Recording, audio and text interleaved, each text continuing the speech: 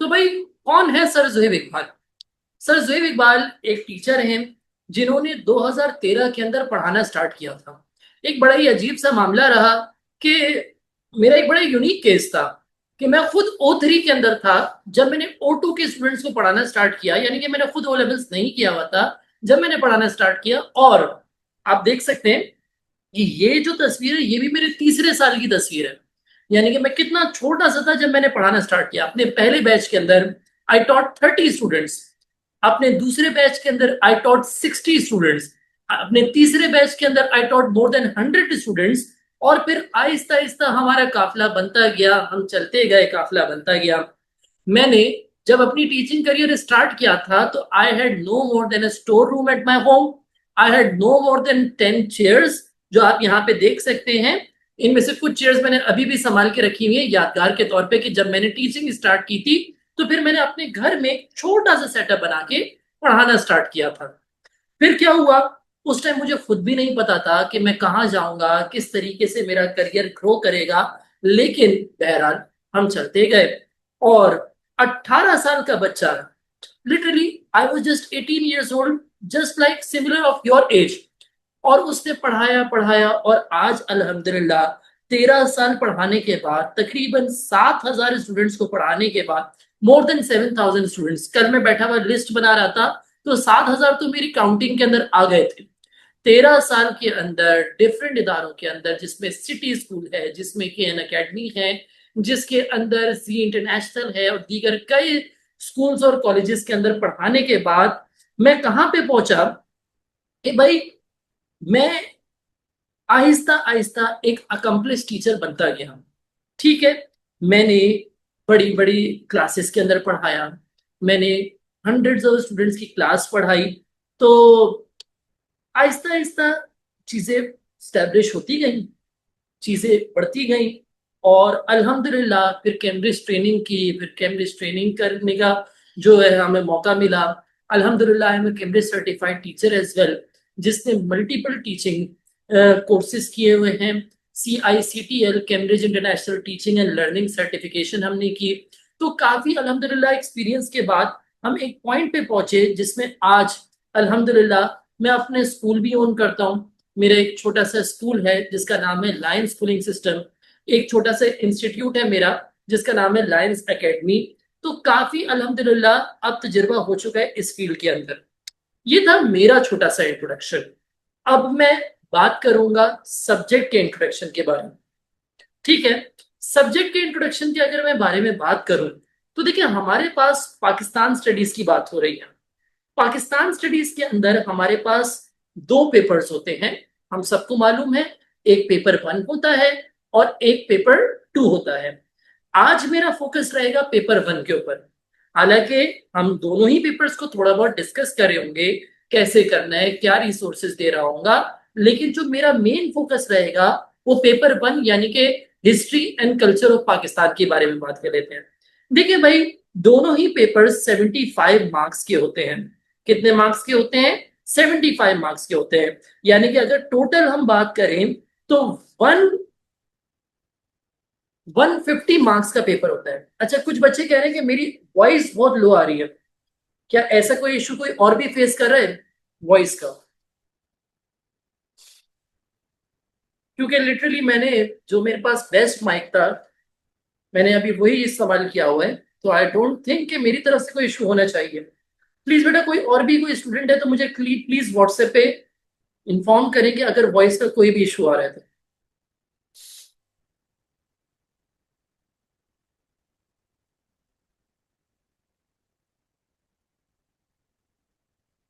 Voice is fine, तो आप अपनी तरफ से थोड़ा सा वॉल्यूम वगैरह देखिए, हो सकता है आपकी डिवाइस का वॉल्यूम जो है थोड़ा सा कम हुआ हो। लिटरली मतलब इससे मैं समझता हूँ कि बेहतर तो माइक आपको नहीं मिल पाएगा। इससे बेहतर तो शायद मुझे माइक रोड रोड का माइक है, अल्लाह का शुक्र है कि इससे कोई अभी तक तो मुझे डिसअपॉइंटमेंट नहीं हुई है। बहरहाल फिर भी मैंने माइक अपने थोड़ा मजीद पास कर लिया ताकि आपको बेहतर आवाज आ सके। बहरहाल दोनों पेपर 75 मार्क्स के होते हैं। दोनों पेपर्स के टाइम सेम है, 90 मिनट्स के अंदर करना होता है। और दोनों की इक्वल वेटेज है, यानी कि 50% वेटेज है पेपर 1 की और 50% वेटेज है पेपर 2 की। ये हमने बेसिक पेपर पैटर्न को डिस्कस कर लिया। अब दोनों की तैयारी के लिए मैं आपको क्या क्या रिसोर्सेज देने वाला हूं, पहले इस पे बात कर लेते हैं। देखिए, पहले बात करते हैं हिस्ट्री। तो history and culture of Pakistan के लिए मैं आपको मल्टीपल रिसोर्सेज देने वाला हूं, जिसकी मदद से आप तैयारी कर रहे होंगे। सबसे पहले जब मैं पढ़ा रहा होता हूं तो मैं इस्तेमाल कर रहा होता हूं अपनी लेक्चर बुक का। लेक्चर बुक किस तरीके की होती है, जरा मैं आपको दिखा देता हूँ। ये मैं पढ़ाते वक्त इस्तेमाल कर रहा होता हूँ, जिसको मैंने बड़ा ही इंटरेक्टिव से मैंने कोर्स बनाया हुआ है, जिसमें काफी सारे मैप्स हैं, काफी सारी फोटोग्राफ्स हैं, जिसकी मदद से आप लोगों के लिए पढ़ना थोड़ा सा आसान हो जाएगा। लिटरली जो मुझे सबसे बड़ी कंप्लेन आई कि बच्चे हिस्ट्री के अंदर इंटरेस्ट नहीं ले रहे। तो इंटरेस्ट क्यों नहीं ले रहे, क्योंकि मानता हूं कि हिस्ट्री थोड़ा सा ड्राई सब्जेक्ट है, लेकिन इसको इंटरेस्टिंग बनाने के लिए मैंने कोशिश की है कि मैं आप लोगों को इस तरीके की अपनी एक बुक दे रहा हूँ, जिसको मैं कहता हूँ लेक्चर बुक, ताकि आपके लिए थोड़ा सा पढ़ना आसान हो जाए। ठीक है जी। इसके अंदर मैंने वही सारी चीजें जो आज तक आप लोग वही अपनी सिंपल सी रिटन बुक के अंदर battle of Plassey, battle of Buxar वगैरह पढ़ते आए हैं, तो उसको मैंने थोड़ा सा जितने हो सके इंटरेक्टिव बना दिया। कहीं जिधर मीम्स शेयर कर सके जो रिलेटेबल हो, जिससे हम सब रिलेट कर पाए, तो मैंने इस तरीके की रिसोर्स बना दी है। इस section A, section B, section C, तीनों सेक्शंस की मैंने ये बुक बना दी है, जिससे आपके लिए पढ़ना थोड़ा सा रिलेटिवली इजी हो जाए। लेकिन याद रखें कि इससे हम समझ तो सकते हैं, लेकिन आंसर फॉर्मेशन में थोड़ा सा प्रॉब्लम आएगा, क्योंकि जाहिर सी बात है हर बच्चे की इंग्लिश इतनी अच्छी नहीं होती जिसकी मदद से वो सिर्फ पॉइंट्स पढ़े और सारा काम वो खुद ही कर ले। तो ऐसे बच्चों के लिए हमने क्या किया, ऐसे बच्चों के लिए हमने अपने नोट्स तैयार कर दिए। नोट्स जिसको मैं आपको दिखा देता हूं यहाँ पे, नोट्स, और उसके अंदर हम लोगों ने पास्ट पेपर्स के आंसर्स भी लिख दिए। मिसाल के तौर पे ये मैं आपको सेक्शन ए या सेक्शन बी के पास्ट पेपर्स दिखा रहा हूँ। देखिए, जितने भी सवाल आए हुए हैं आज तक, सबके आंसर्स मैंने लिख दिए हैं। फॉर एग्जाम्पल यहाँ पर एक सवाल डिस्प्ले हुआ है, why did the Indians not achieve independence in the 1857 war, या इसी का जो 14 मार्क का वर्जन है, उसको कैसे असेसमेंट ऑब्जेक्टिव्स के मुताबिक आंसर लिखना है, पॉइंट आइडेंटिफाई कैसे करना है, पॉइंट एक्सप्लेन कैसे करना है, उसका इम्पैक्ट किस तरीके से बताना है, उसको लिंक बैक किस तरीके से करना है। इधर मैंने कंप्लीट आंसर्स लिख दिए। तो आपने सिर्फ इतनी जहमत देनी है अपने आप को कि इनको याद कर लेना है। आंसर्स लिखे हुए मैं खुद से दे रहा हूँ, आप लोगों ने सिर्फ उन आंसर्स को याद कर लेना है। ठीक है। ये सेकंड रिसोर्स हो गई। पहली रिसोर्स हमारी लेक्चर बुक थी, दूसरी रिसोर्स हमारे नोट्स थे, जिसके अंदर सारे पास्ट पेपर्स के सवाल, one two all questions and practice questions के रिटन आंसर्स आप लोगों को मिल रहे होंगे। You just need to memorise it. तीसरी चीज, आपको मालूम है जो क्वेश्चन नंबर 1 है, अगर किसी को मालूम है तो ठीक है, अदरवाइज मैं उससे डिस्कस करने वाला हूं। जो क्वेश्चन नंबर 1 है वो कंपलसरी क्वेश्चन होता है, और उसके अंदर कुछ सोर्स बेस्ड सवाल आते हैं। पर्टिकुलरली अगर बात करूं, कुछ टेक्स्ट पैराग्राफ आता है, और कुछ हमारे पास इसके फोटोग्राफ बेस्ड सवाल आ रहे होते हैं। तो उसके लिए मैंने एक थर्ड रिसोर्स क्रिएट की हुई है, जिसका नाम है मेरी सोर्स बुक। सोर्स बुक ये काफी टीचर्स भी इस्तेमाल करें, काफी स्टूडेंट्स भी इस्तेमाल करें, बड़ी पॉपुलर मेरी ये बुक है, जिसके अंदर किस तरीके से सोर्स बेस्ड फोटोग्राफ बेस्ड सवाल करने होते हैं वो मैंने सब कुछ लिख दिया है। किस तरीके से टेक्स्ट पैराग्राफ वाले और फोटोग्राफ बेस्ड सवाल करने हैं वो सब मैंने लिख दिया है, और उसके सैंपल आंसर्स भी दे दिए, जो कि कैम्ब्रिज के एग्जामिनर से अप्रूव्ड है। ठीक है। ये अप्रूव्ड आंसर्स है जो कि कैम्ब्रिज के एग्जामिनर ने खुद चेक किए हैं। उसके अलावा फिर मैंने उसके जितने भी क्वेश्चंस आ चुके हैं या आ सकते हैं, प्रैक्टिस क्वेश्चन भी, वो मैंने सब एक जगह बना दिए, और उनको मैंने असेसमेंट ऑब्जेक्टिव्स के मुताबिक डिवाइड कर दिया। जैसे कि सरफेस नॉलेज है, वैलिड इन्फ्रेंस है, कॉन्टेक्चुअल नॉलेज है, तो उसमें जो जो रिक्वायरमेंट है मैंने उसके मुताबिक डिवाइड कर दिया है, ताकि आप लोगों के लिए उसको समझ के फुल मार्क्स स्कोर करना बहुत ही इजी हो जाए। आई होप कि यहां तक बात क्लियर है। अगर यहां तक कोई प्रॉब्लम है तो आप मुझसे डिस्कस करें। उसके बाद फिर हम लोग आगे बढ़ेंगे अपने टॉपिक की तरफ। देखिए, अभी तक जो हम लोगों ने बात की थी वो है history and culture of Pakistan, यानी कि पेपर 1 से रिलेटेड। अब मैं बात करूंगा ज्योग्राफी की। और ज्योग्राफी में जो सबसे बड़ा इशू बनता है ना, वो एक मैप्स का बनता है। सर, मैप्स नहीं समझ आते।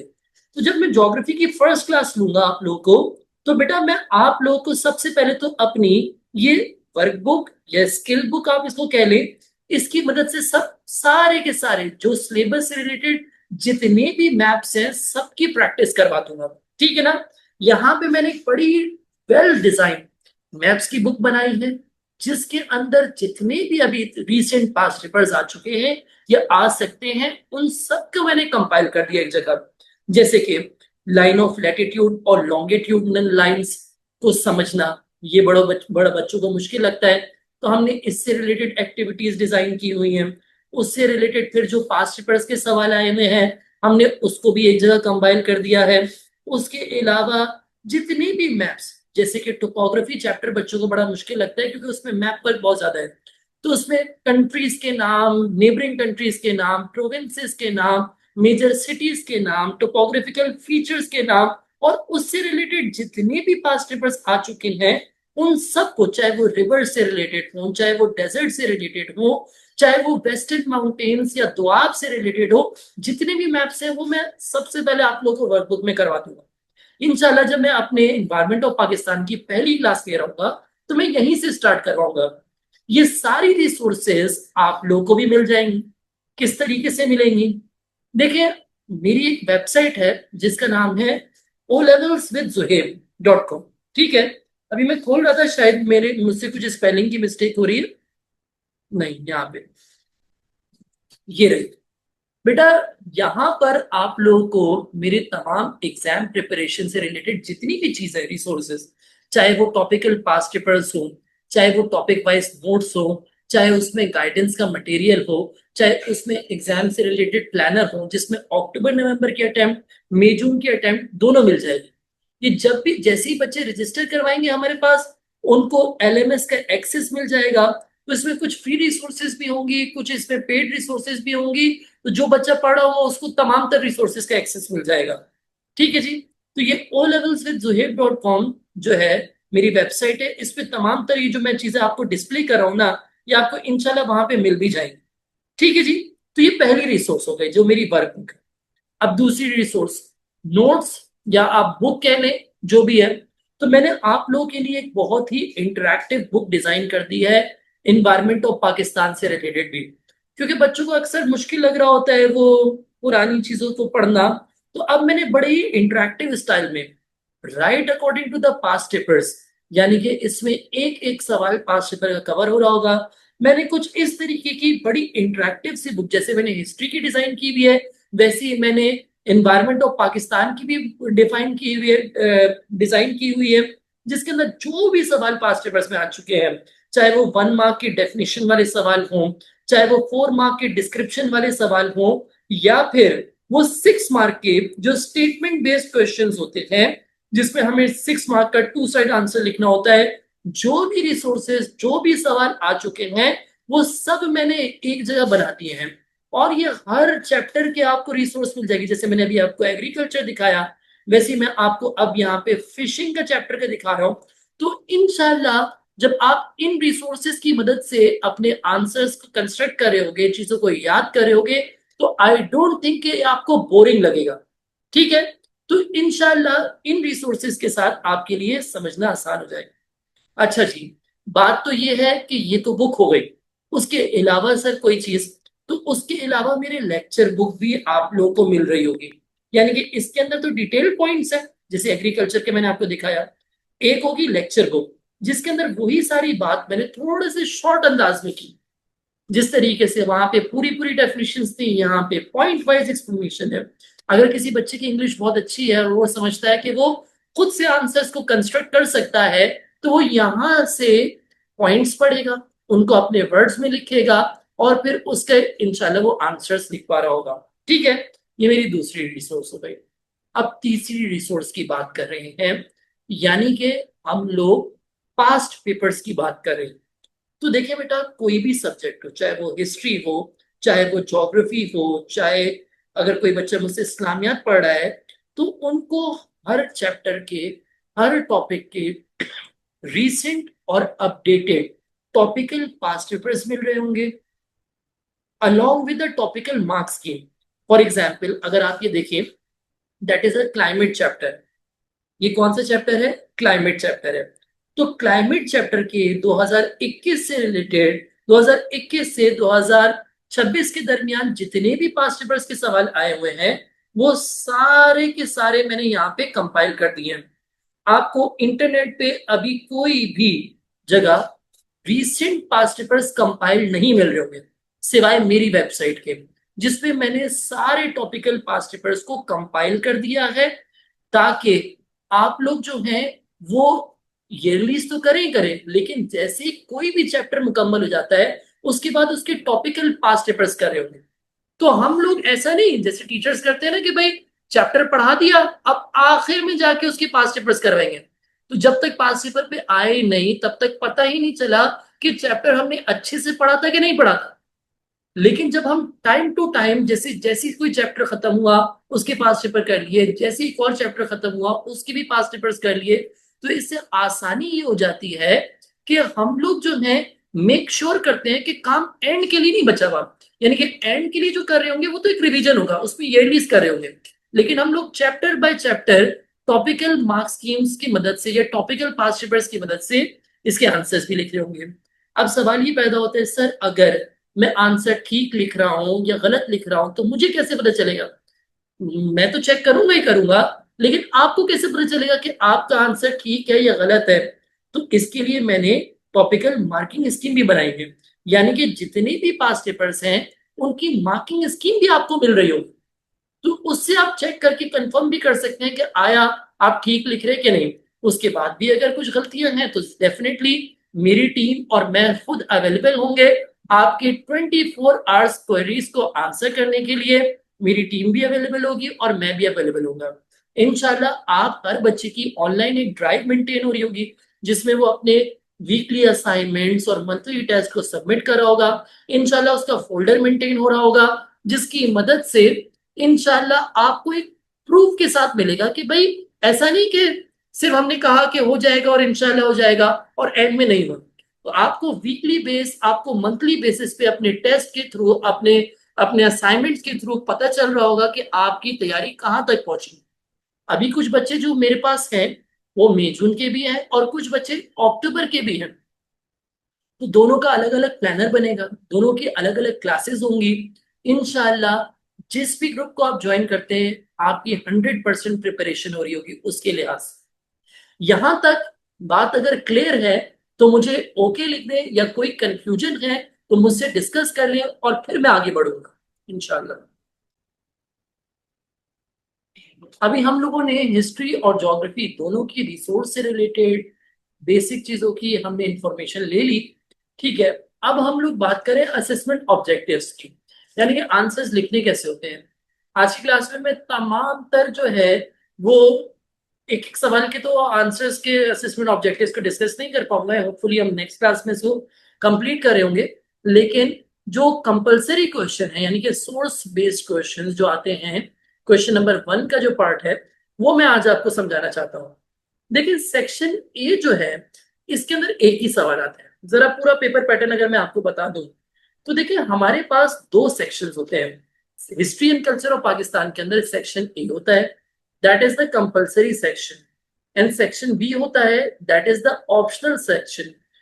कंपलसरी सेक्शन की अगर मैं बात करूं तो यहाँ पे सिर्फ एक ही क्वेश्चन होता है, दैट इज क्वेश्चन नंबर 1, और इसके 4 पार्ट्स होते हैं, A part, B part, C part and D part.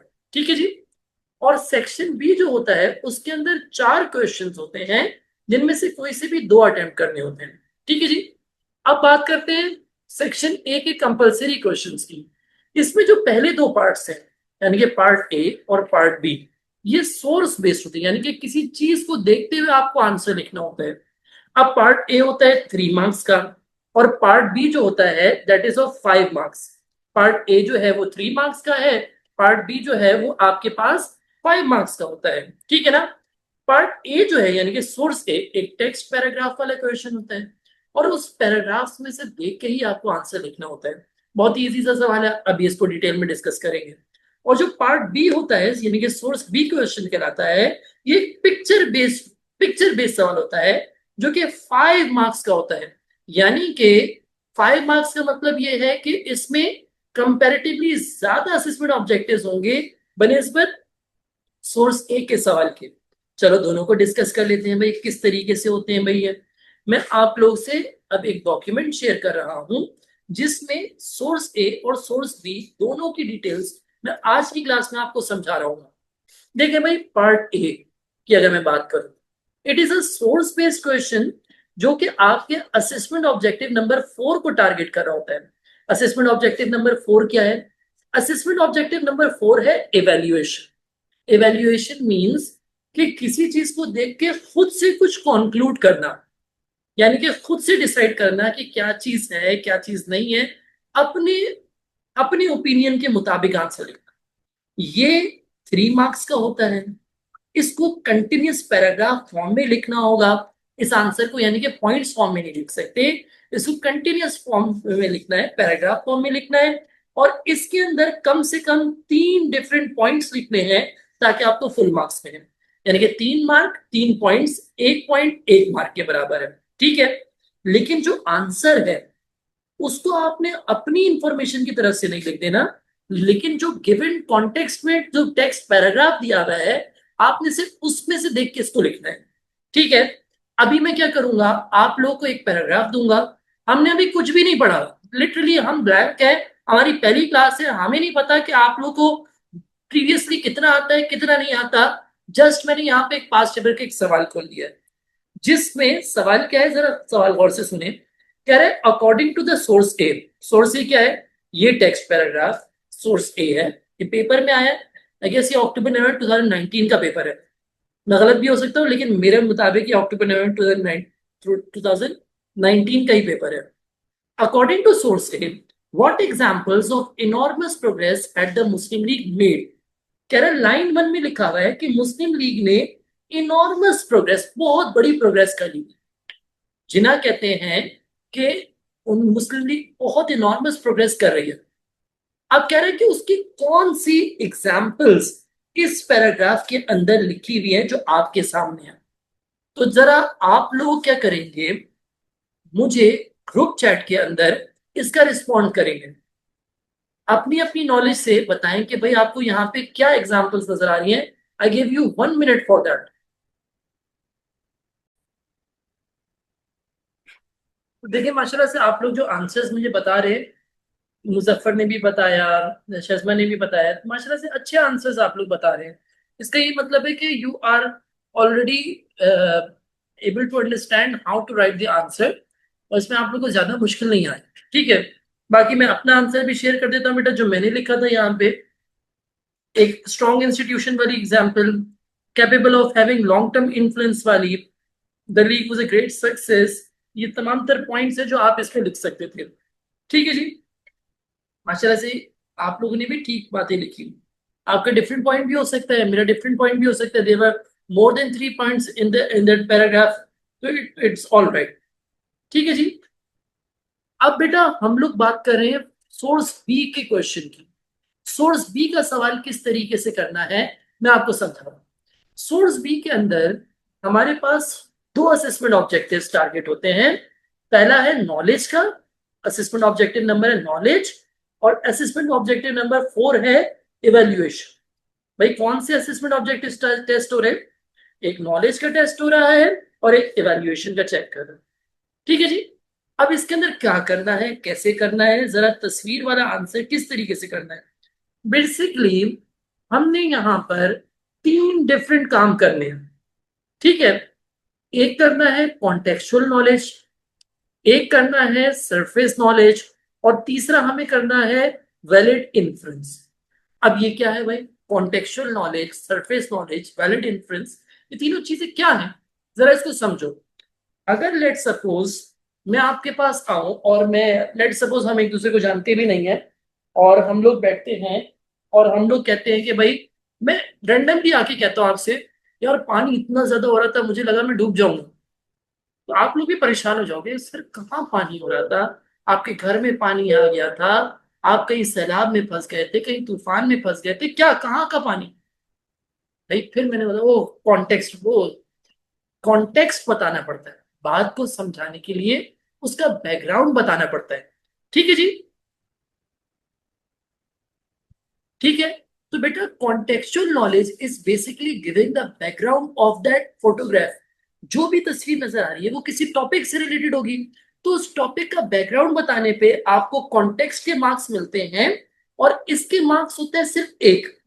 पूरे सवाल 5 में से कितने मार्क्स है इसके? 1 मार्क है। Contextual knowledge includes all kinds of things that gives background of the photograph. यानी कि जो भी तस्वीर नजर आ रही है वो जिस भी इवेंट से रिलेटेड है उसका बैकग्राउंड बता दिया, 1 मार्क के लिए। अब हमारे पास दूसरी चीज है जिसको हम कहते हैं सरफेस नॉलेज। सरफेस नॉलेज क्या है? मिसाल के तौर पे भाई, लेट सपोज ये फोन है, ठीक है जी, ये एक सरफेस पे रखा हुआ था, लेट सपोज ये यूं रखा हुआ था। मैंने जस्ट देख के कह दिया कि I can see an iPhone over here. भाई मुझे यहाँ पे एक आईफोन 17 प्रो मैक्स नजर आ रहा है, लेट सपोज। तो ये जो चीज सामने सरफेस पे पड़ी हुई है, जिस उसको डिस्क्राइब कर देने पे आपको सरफेस नॉलेज के मार्क्स मिल जाते हैं। मिसाल के तौर पे, मिसाल के तौर पे भाई यहां पे समझो कि आपका आई साइट टेस्ट हो रहा है। क्या हो रहा है भाई? आपका आई साइट का टेस्ट हो रहा है। ठीक है जी।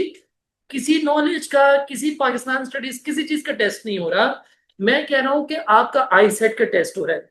आप मुझे बताओ कि यहां पर आपको क्या दिखाई दे रहा है? जल्दी से मुझे बताओ, यहां पर आपको क्या चीज दिखाई दे रही है? जल्दी से बताओ। कोई अपना ओपिनियन नहीं देना, कोई यहाँ पे पाकिस्तान स्टडीज की नॉलेज नहीं देनी।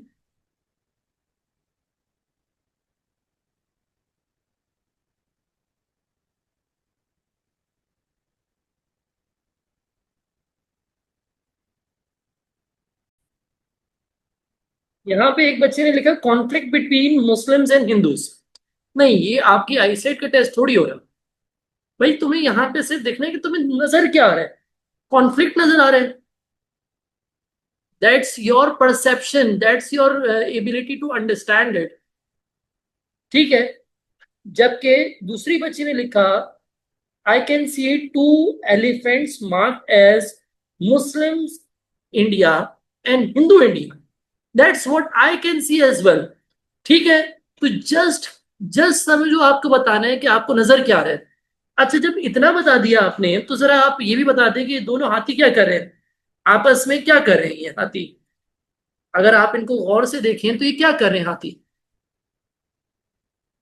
खेल रहे हैं, प्यार कर रहे हैं, लड़ रहे हैं, रोमांटिक हो रहे हैं, क्या कर रहे हैं भाई? Definitely they are trying to fight, obviously. मतलब मैं भी हाथियों का रोमांस तो नहीं देखना चाहूंगा। ये लड़ रहे हैं बेसिकली आपस में। ठीक है। तो बेटा आपने क्या करना है, सिंपली सरफेस नॉलेज के मार्क्स हासिल करने के लिए आपने सिंपली ये कह देना है कि I can see 2 elephants named Hindu India and Muslim India who are trying to fight with each other, या who are fighting with each other. आपने ये लिख दिया। ठीक है जी। अब मुझे एक बात बताओ, ये तुम्हारे पास दूसरा काम हो गया सरफेस नॉलेज वाला। अब तुम्हें इन्फ्रेंस देना है, मतलब कि तुम्हें अपना ओपिनियन या व्यू देना है कि भाई इस तस्वीर को देख के तुम क्या समझ पा रहे हो। मिसाल के तौर पे एक बात बताओ, ये पेंटर ने जिसने ये पेंटिंग बनाई, ये फोटोग्राफ बनाई, उसने एलिफेंट पे ही क्यों मुस्लिम इंडिया हिंदू इंडिया लिखा? एलिफेंट से वो क्या रिप्रेजेंट करना चाह रहा है? भाई वो यहाँ पे चूहा बिल्ली भी तो बना सकता था, यहाँ पे वो एलिफेंट ही क्यों बना रहा है? क्या रिप्रेजेंट करने की कोशिश कर रहा है वो? जल्दी से बताना मुझे।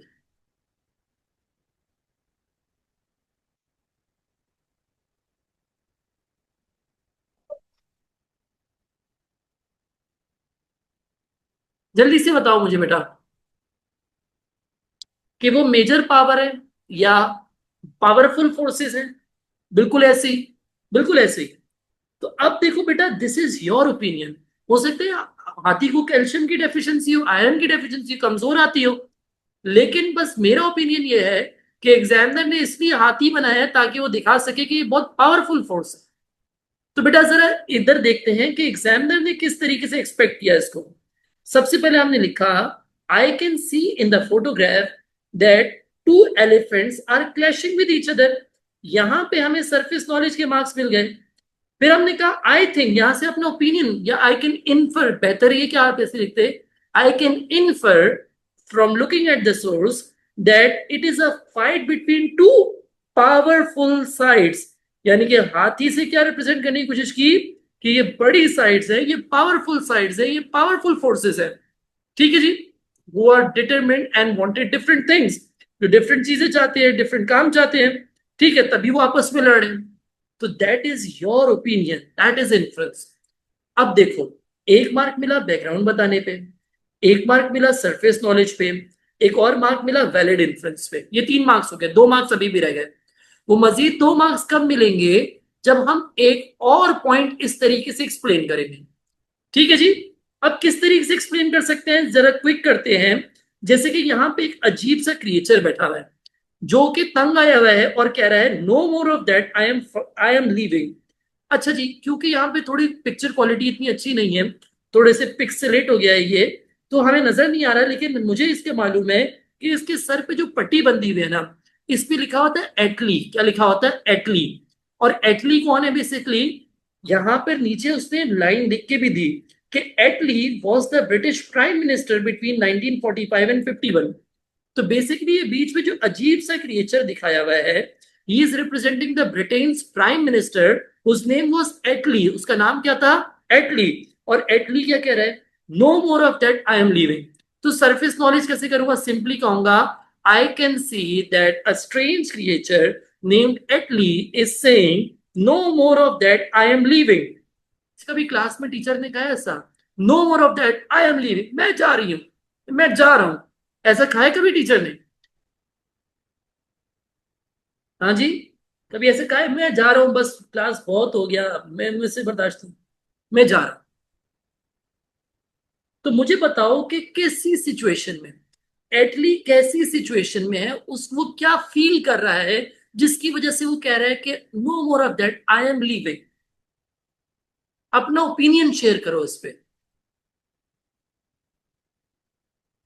एटली कैसा कैसा फील, प्रेशर में फील कर रहा है, या उसके अलावा कोई बेहतर, थोड़ा सा बेहतर, frustrated. Frustrated about what? Looking at this source. Frustrated about what? Fed up from what?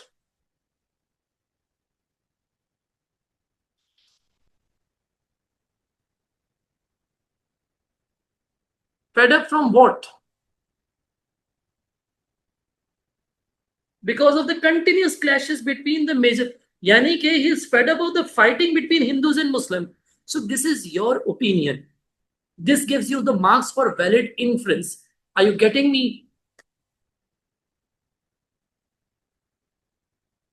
तो बेसिकली आई कैन से, जिससे मैं स्टार्ट करूंगा अपने पॉइंट को, क्या कहूंगा? I can see a strange creature named Attlee saying no more of that, I am leaving.